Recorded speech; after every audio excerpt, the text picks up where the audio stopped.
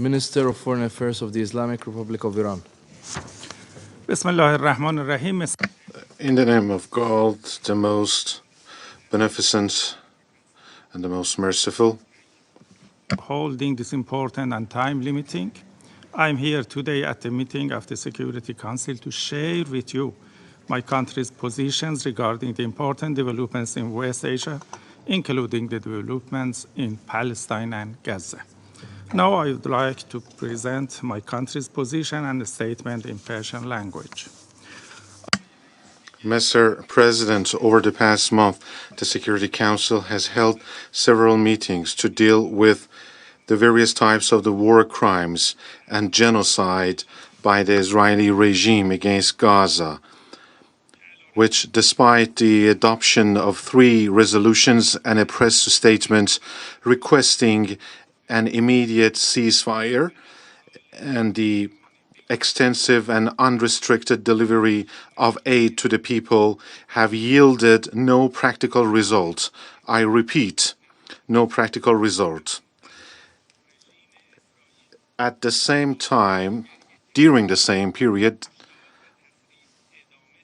the Israeli regime has continued to kill and destroy with the utmost brutality, resulting, among other things, in more than 4,000 Palestinian civilians getting killed, mostly women and children, and the injury of tens of thousands of others.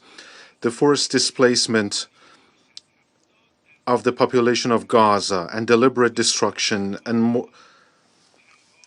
of more than 70% of the residential areas and infrastructures, including the vast majority of hospitals. They are just some examples of the vast destruction for which the Israeli regime is responsible. Mr. President, a missile attack on the 1st of April on the Iranian diplomatic premises in Damascus showed yet again that this regime does not hesitate to violate the fundamental principle of the immunity of such places and people, as well as the known and well-recognized Vienna Conventions. As the majority of the members of the Security Council declared at the April 2nd meeting here, the attack was a clear violation of the Charter of the United Nations, international law, and the Vienna Conventions, and thus is strongly condemned. Regrettably, the Security Council had not taken any action during the past month to our official and repeated requests to prevent further attacks by the Israeli regime on Iran's interests, centers, and official military advisors of Iran who were there to fight against terrorism and did not, and due to the unfortunate and completely irresponsible behavior of the United States, the UK, and France in response to this illegal attack, failed even to issue a mere statement containing a simple condemnation. Mr. President, no member state, I repeat, no member state will remain silent in face of such a brazen and serious military attack on its embassy, which is considered a symbol of its sovereignty, as well as the killing of its legal, official, and diplomat agents. The Islamic Republic of Iran, which until recently had shown considerable restraint against other terrorist missile attacks, bearing in mind the dire situation in the region and willing to give the role of the United Nations a chance to prevent the escalation of the conflict, was faced with the continuation of the White House's green light granted to the Israeli regime, as well as the continued inaction of the Security Council in preventing these attacks. In preventing the attacks by the Israeli regime, therefore, it could no longer be patient against the attack on its embassy and the attack on its sovereignty. Therefore, Iran's military attack on April 13th was first and foremost necessary because Iran had no other option. Secondly, it was carried out in response to a series of attacks and recurring aggressions by the Israeli regime in form of missile attacks on Iran's interests, especially on our embassy in Syria. Thirdly, it took place in the fulfillment of Iran's right to legitimate defense under international law. Fourthly, it was conducted by observing the criterion of non-aggression to civilian people and places. And fifthly, it focused solely and only on two military bases of the Israeli regime, which had been used in the attack on our embassy. And therefore, it was completely limited and proportionate in terms of scope and military requirements. Moreover, since it was completely clear that some of the supporters of the Israeli regime, who are unrelenting and absolute partners in its carnage in Gaza, would assist the regime in neutralizing the Iranian attack, it was therefore our legitimate defense was done in a way to achieve our goals. The attack by my country's armed forces was limited and minimal, targeting only military bases, and was in line with the international law and the principle of non-aggression against civilian areas to ensure proportionality and accurate execution to achieve the goals. Mr. President, I emphasize again, Iran's legitimate defense and countermeasures have been concluded. Therefore, the Israeli regime, the terrorist Israeli regime, must be compelled to stop any further military adventurism against our interests. Certainly, in case of any use of force by the Israeli regime and violating our sovereignty, the Islamic Republic of Iran will not hesitate a bit to assert its inherent right to give a decisive and proper response to it, to make the regime regret its actions. This is an unchangeable decision. Mr. President, I would like to make it abundantly clear and loudly in New York that Iran has always been a positive part of regional developments, treading the path of stabilizing peace and lasting security, including the fight against terrorism, and will have no reservations nor compromise at all with any party over our national security and interests, as well as the collective security in the sensitive region of West Asia.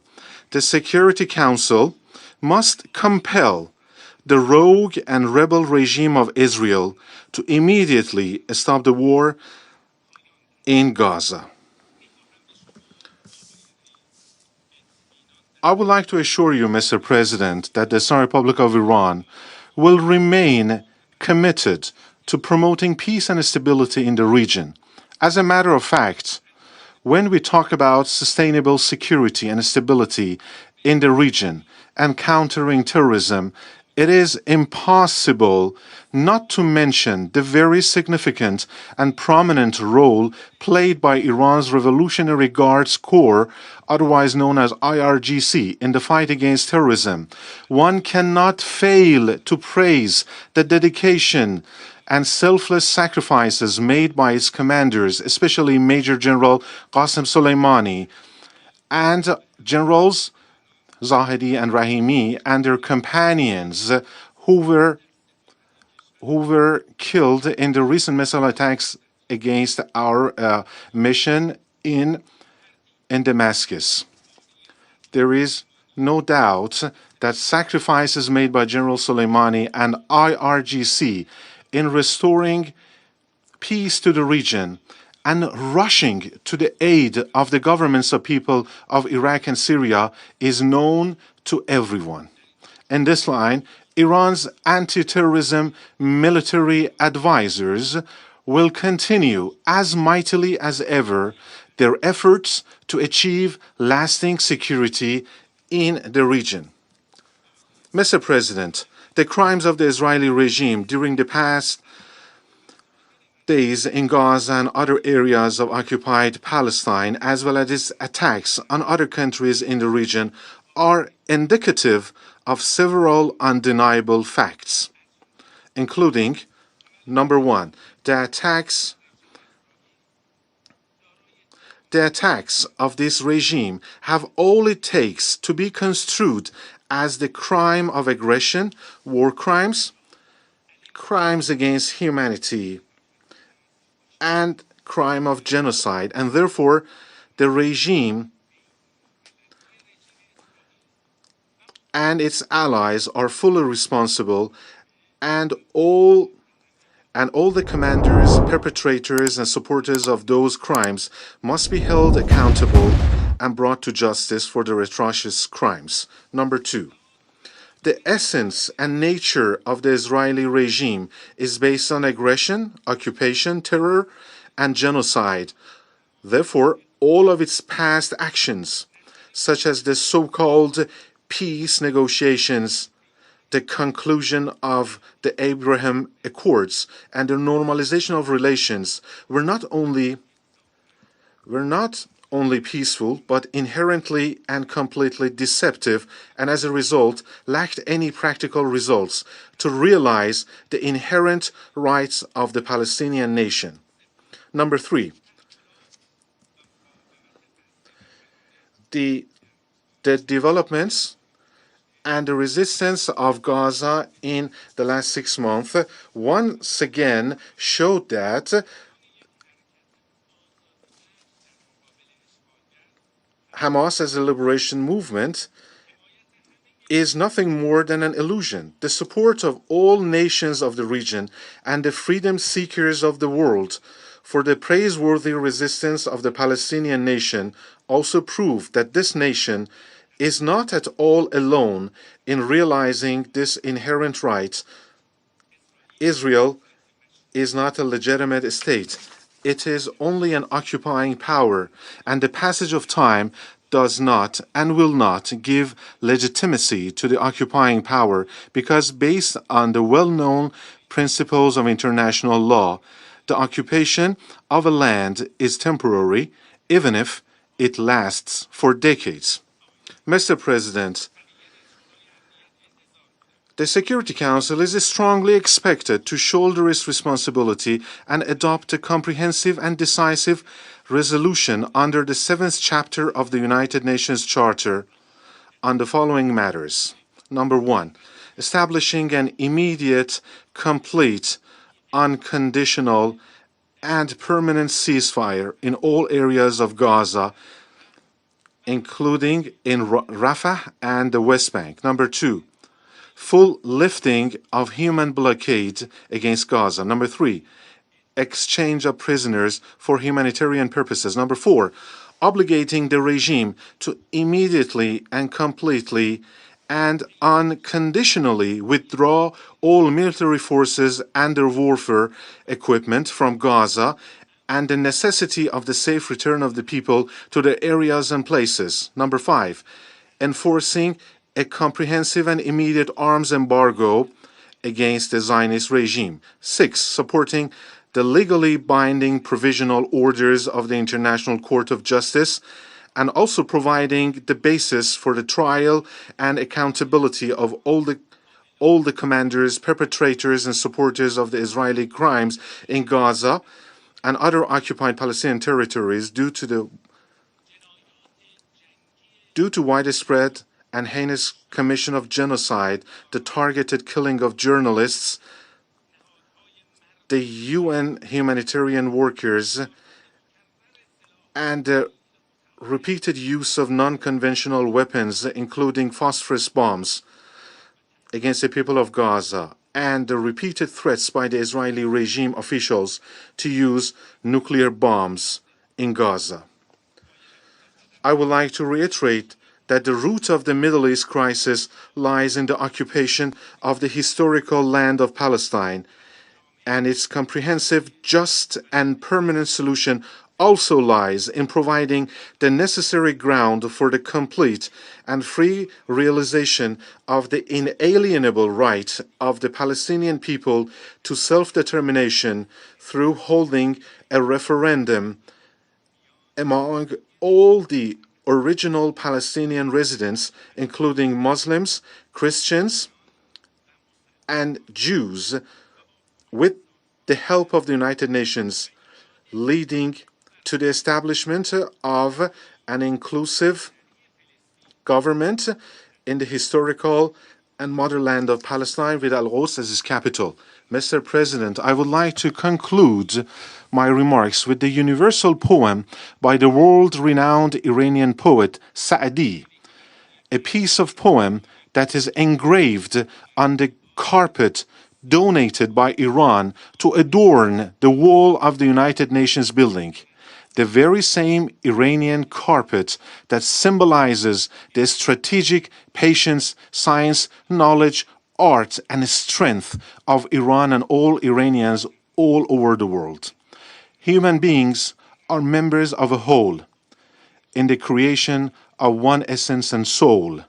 If one member is afflicted with pain, other members uneasy will remain. Thank you, Mr. President.